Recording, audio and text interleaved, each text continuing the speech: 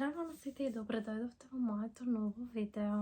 Мојата денешна тема е како дојдов во Германија и како останав во Германија. И јас во Германија дојдов 5 ноември 2019 година. Тогаш добив виза и дојдов да работам во Макдоналдс, каде што работам и ден денес. Ќе видите и зошто.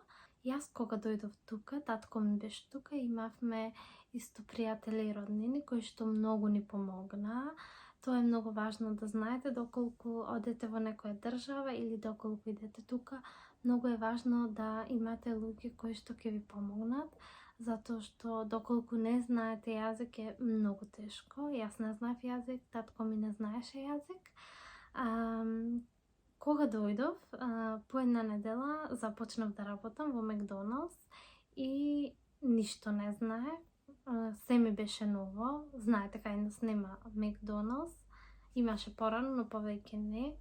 Тука секој сендвич има свое име, тоа означува со кој сос е, со што е внатре.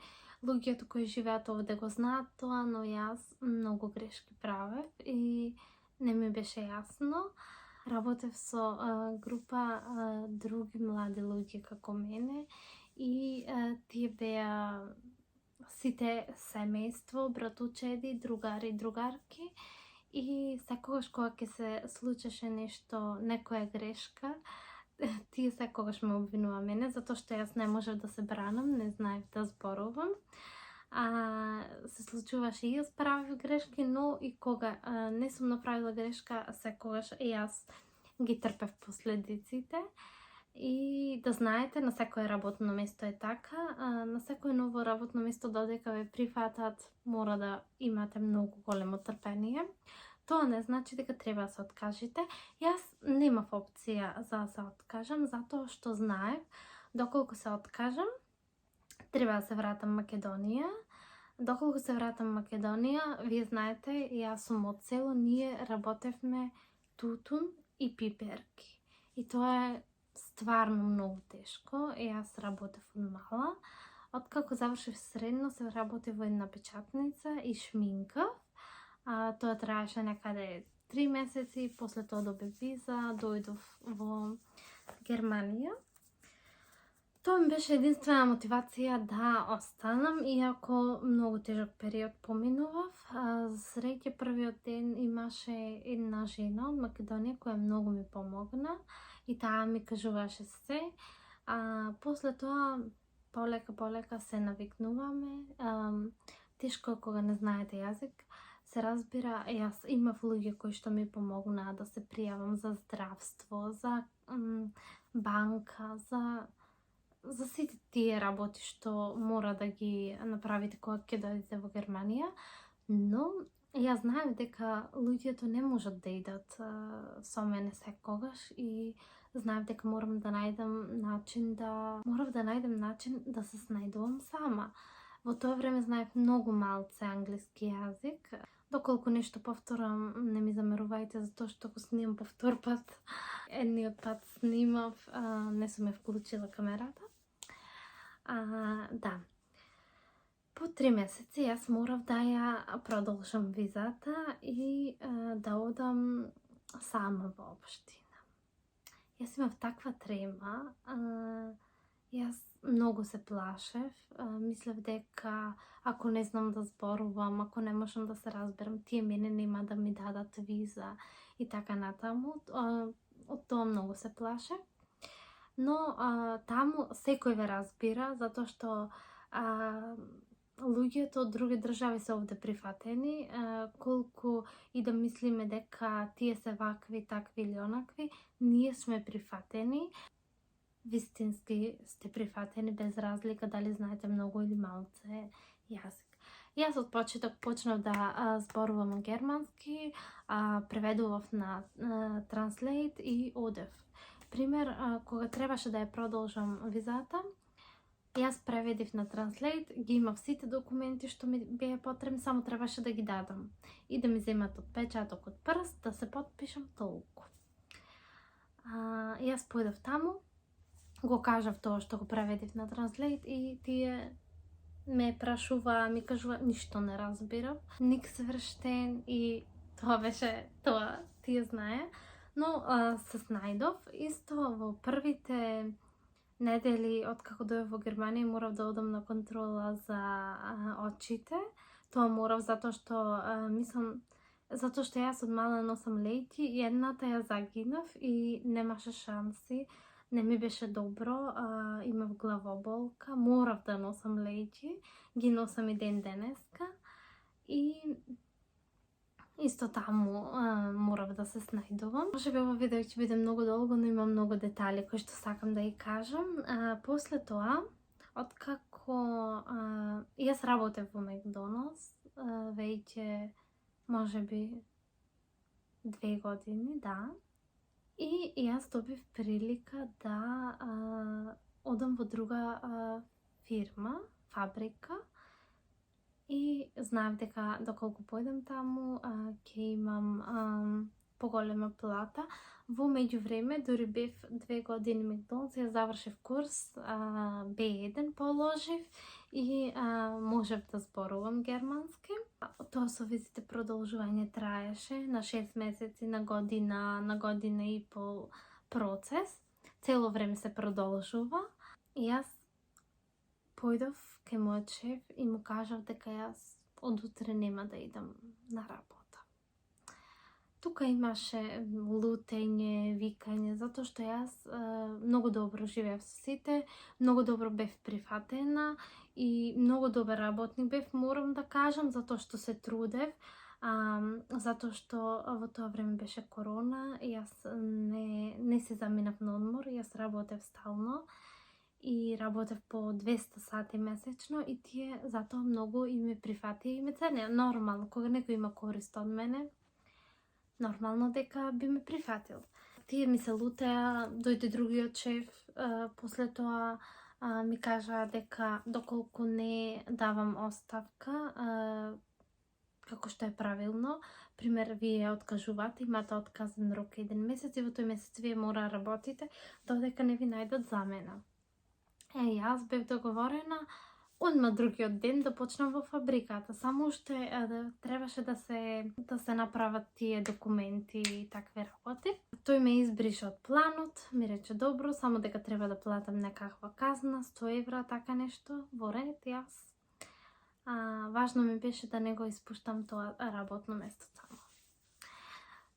Истиот ден појдов да ми ги направат документите во таа една цајт фирма, се вика, привремена фирма која ве става да работите во друга фирма, така. И тие мене ми кажуваат, ти не можеш да работиш таму. И јас, таков шок, никогаш немам доживено. И јас мислев дека е крај, готово, нема излез, се враќам Македонија. Тоа беше тоа. Тие ми кажуваат затоа што имаш виза и треба да се продолжи за 1 месец.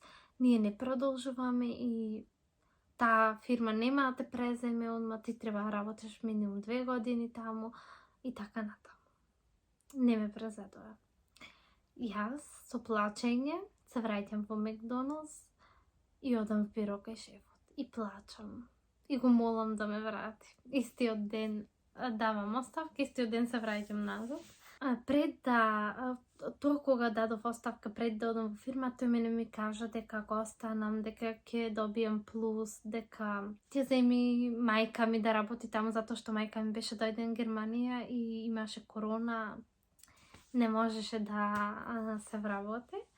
И така и направи, се вратив, ме прифати назад. Јас станав шеф на смена, што и ден денес работам. Мајка ми дојде, сестра ми дојде, мојот маж дојде, сите работиме Макдоналдс. Тој човек многу ми помогна и многу сум благодарна за тоа. И не само тоа, братуче Едина Филип и на многу други луѓе, да кажам така, му имам помогнато заради тоа што и јас работев таму и некако, да. Сакам да кажам, да скратам, што ми е целта? Не ми е целта да кажувам, да, тешко беше, но сакам да знаете дека на никој не му е лесно. и никой не се снајдол на прво или се збогатил и така натаму. Ако вие одлучите да дојдете во Германија, тоа не значи дека вие автоматски станувате богати. Тоа значи дека вие ќе работите за некој друг, исто како што ќе работите и Македонија. Јас не велам, не кажувам дека вие мора да дојдете Германија за да имате пари. Не, апсолутно не. Вие можете да останете Македонија и да имате пари. Што сакам да кажам? Во денешно време, 2024, вие имате толку многу можности да заработувате онлайн и да не мора да одите на работа, само треба да се трудите. И јас знам дека е тешко и дека на некој му изгледа тоа сето нереално, но тоа е вистината. Мене ми е добро, затоа што јас сум тука со сите мои. Јас сум тука со мои луѓе. Јас сум навикната да живеам овде. Јас сум навикната да работам. Но не значи дека ако дојдете ви Германија ќе ви биде добро. Затоа што знам доколку сте сами, многу е тешко. Вие може да имате се добра плата, добра кола, не знам, да постигнете многу голем успех, дури и да отворите ваша фирма. Но вие доколку вашето семејство и вашата фамилија е Македонија, тоа е многу тешко. Јас знам, јас земав пари, земав плата. Во тоа време нашата сатница беше 9,25 евра, така нешто. Ама беше се многу ефтино и ми останува и пари. Можам да кажам дека јас бев презадоволна. Јас за женско тие пари беа многу добри. Во денешно време платата се зголеми и исто и се поскапи, така да иди тука некаде исто, само што и Македонија е многу скапо. Не можам да верувам.